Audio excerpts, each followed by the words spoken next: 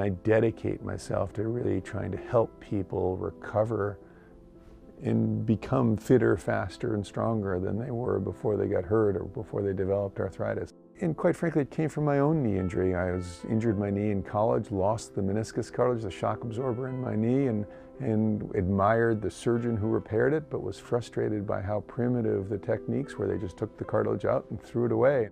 So I've spent much of my research career figuring out how to replace that meniscus tissue. So I do what I do because everything that I look at and I see I think could be made better, could be improved. I've taught my children that most of what we know isn't true, and if we're doing something next year that we're doing this year, we clearly haven't learned anything.